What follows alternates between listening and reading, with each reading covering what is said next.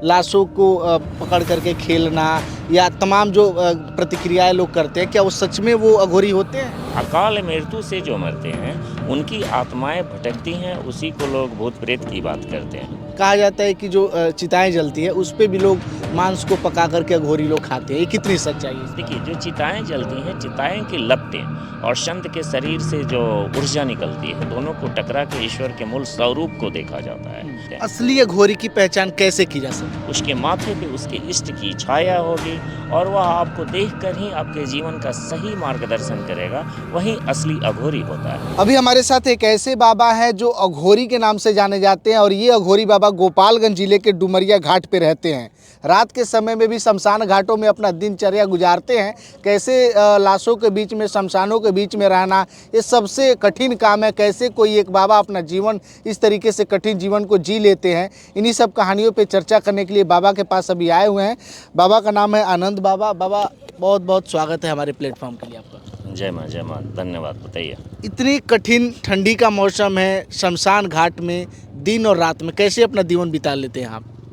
अच्छा लगता है शमशान घाट। और साधुओं को जो है, कोई भी साधु होते हैं तो उनका शरीर जो है ना गर्मी में शीतल हो जाता है, और जब वह अपने तपस्या में लगे रहते हैं तो गर्मी में शरीर शीतल हो जाता है, और ठंडी में जो ऊर्जा रहती है, उनके शरीर की जो ऊर्जा रहती है वह टेम्परेचर को मेंटेन रखती है, जिससे उनको सर्दी और गर्मी का कोई असर नहीं पड़ता। इसीलिए इस ठंड के मौसम में भी हम खुले बदन हैं, कोई दिक्कत नहीं है। आप शमशान घाट में रहते, आम तौर पे जो लोग होते हैं, आम इंसान, उनको आने में डर लगता है, रात के समय में या दोपहर में भी आने में डर। आप कैसे जी लेते हैं इतना जीवन कठिन? देखिए, उनको जो डर लगता है ना, तो वह तो मन में डर होता है। आप शमशान घाट में जब रहने लगेंगे तो आपको डर भय खुद मिट जाएगा। शमशान घाट में ऐसा कुछ भी नहीं होता है, बस अंतिम संस्कार होता है। डेड बॉडियाँ रहती हैं, आती हैं, जाती हैं, तो उससे तो डरने की ज़रूरत ही नहीं है। तो आप लाशों के बीच में घूमना, लोग कहते हैं कि भूत प्रेत होते हैं, ये इस तरीके की अफवाहें उड़ती है, कितनी सच्चाई रहती है इस सब बातों में? देखिए, भूत प्रेत जो होते हैं, यह बात सत्य है। तो जो अकाल मृत्यु से जो मरते हैं उनकी आत्माएं भटकती हैं, उसी को लोग भूत प्रेत की बात करते हैं। ठीक है। और जो लाश वश रहते हैं ना, वह तो उनकी आत्मा निकल के परमात्मा में चली जाती है। आत्मा तो परमात्मा का अंश होता है, तो उसे डरने की ज़रूरत क्या है। तो आप कभी अपनी आंखों से भूत प्रेत को देखे हैं? हमेशा देखे हैं, और कई एक दो फोटो भी रखे हुए हैं, जैसे कैसे उनकी छाया चलती है। तो वह क्लिप दे देंगे, किसी को आप दिखा भी सकते हैं, वह देख तो लीजिएगा। ये चीज़ें आप रहते हैं तो आप देख चुके हैं, तो हाँ, आम आदमी को वो नहीं दिखाई दे सकती? आम आदमी को भी एहसास होगा, उनको हल्का एहसास होगा, लेकिन स्पष्ट दिखाई नहीं देगा। लेकिन चूँकि जो संत होते हैं उनको देखने के लिए थोड़ा तप रहता है, इसलिए उस तप के मदद से वह देखते हैं। उनको ईश्वर ने विशेष शक्ति दी हुई है, जो तप के माध्यम से मिलती है, उसी को वह देखते हैं। अच्छा, कहा जाता है कि मुख्य रूप से जो अघोरी लोग होते हैं बहुत गुस्सैल किस्म के होते हैं, मतलब काफ़ी जल्दी नाराज़ हो जाते हैं। उनका जो जीवन होता है काफ़ी मतलब संघर्ष से गुजरा होता है, जिसकी वजह से नाराज़ ज़्यादा होते हैं वो। जो अघोरी लोग होते हैं ना, वह आपको बताते हैं, जो वह काफ़ी सरल होते हैं। इसी में जो कपाली कालमुख रहते हैं, जो नरमुंड की माला धारण करते हैं, उनके अंदर क्रोध होता है। लेकिन जो रियल में तप करते हैं, उनके अंदर तो क्रोध नाम का चीज़ ही नहीं होता है। वह तो अघोर परंपरा के संत होते हैं, और संत को क्रोध आ जाए तो वह संत नहीं होता है। तो जो ये लोग नरमुंड लेकर के घूमना, लाशों को पकड़ करके खेलना या तमाम जो प्रतिक्रियाएं लोग करते हैं, क्या वो सच में वो अघोरी होते हैं? वह हमारे हिसाब से, जो मैं जानता हूँ, जो हमने अघोर परंपरा में 35 साल में जो देखा है, वह एक तरह का भ्रम है और एक तरह का दिखावा है, और लोगों को आकर्षण करने का तरीका है। जैसे मैं बनारस में जाता हूँ तो वहाँ पे देखता हूँ कि नरमुंड कोई लेकर के घूम रहा है, कोई जो है कि कहता है कि ये खून है, खून से खेलता है। इस तरीके की बातें वहाँ पे देखने को मिलती है। मैं भी बनारस के हरिश्चंद्र घाट में 1993 से रहा हूँ। ठीक है, बनारस में भी मेरे आश्रम है। तो देखिए, नरमुंडों का काम होता है, पचमुंडी आसन लगाने के लिए नरमुंड की ज़रूरत पड़ती है। ठीक है। तो लेकिन यह कभी नहीं सिखाया गया है हम लोगों के गुरु परंपरा में कि नरमुंड लेके घूमो, उसको गले में धारण करो। मैंने भी नरमुंड की माला पहनी हुई है, लेकिन यह सिर्फ जो है ना प्रतीक होता है।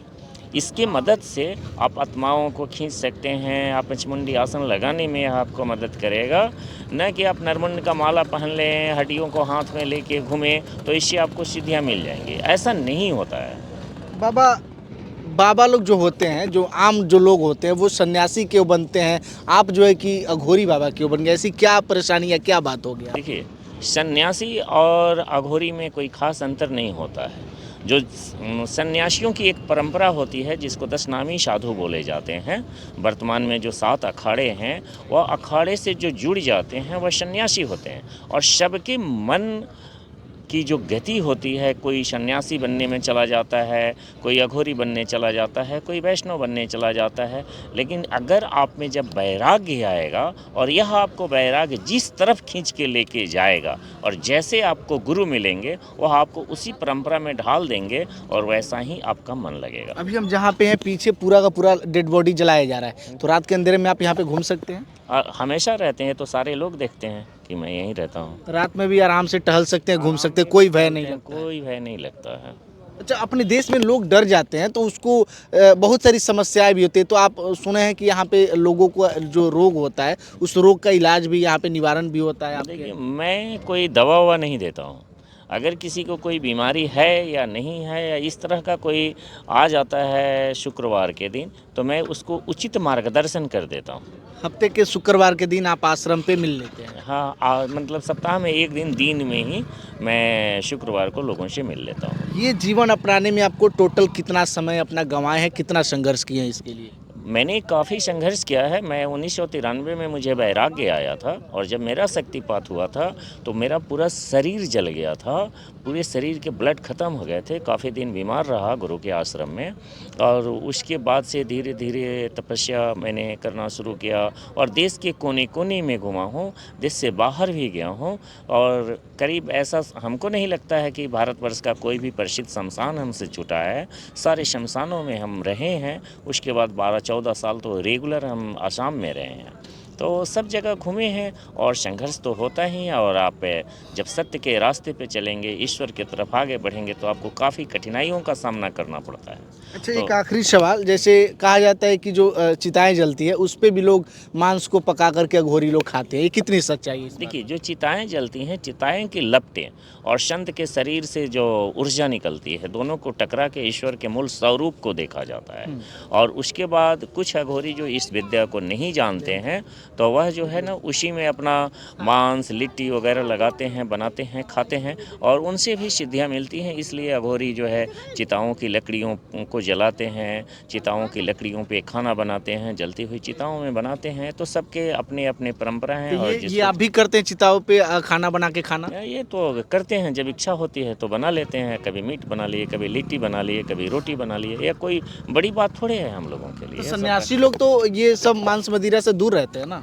तो आपको बताए ना कि जो 10 नामी साधु होते हैं वह मांस मछली नहीं खाते हैं। वह बहुत सारे सन्यासी लहसुन प्याज नहीं खाते हैं, ठीक है। लेकिन जो अघोर परंपरा के साधु हैं उनको इन सब चीज़ों से कोई परहेज नहीं रहता है। वह अघोरी सच्चा वही है जो घृणा और विष दोनों को पीने की क्षमता रखता है। इसलिए अघोरी लोग जो है ना मांस मछली शराब दारू जो भी इच्छा होता है उसको खाते पीते हैं। असली अघोरी की पहचान कैसे की जा सकती है? देखिए, जो भी संत होता है उसकी चाहे वह अघोरी हो, चाहे वैष्णव हो, चाहे शाक्त हो, शैव हो, किसी भी परंपरा को माने, आप यह जान लीजिए कि एक तो उसकी वाणी से, दूसरा उसके माथे से हमेशा तेज निकलता है, ठीक है। उसके माथे से हमेशा तेज निकलता है, उसके हाथों में उसके इष्ट की छाया होगी।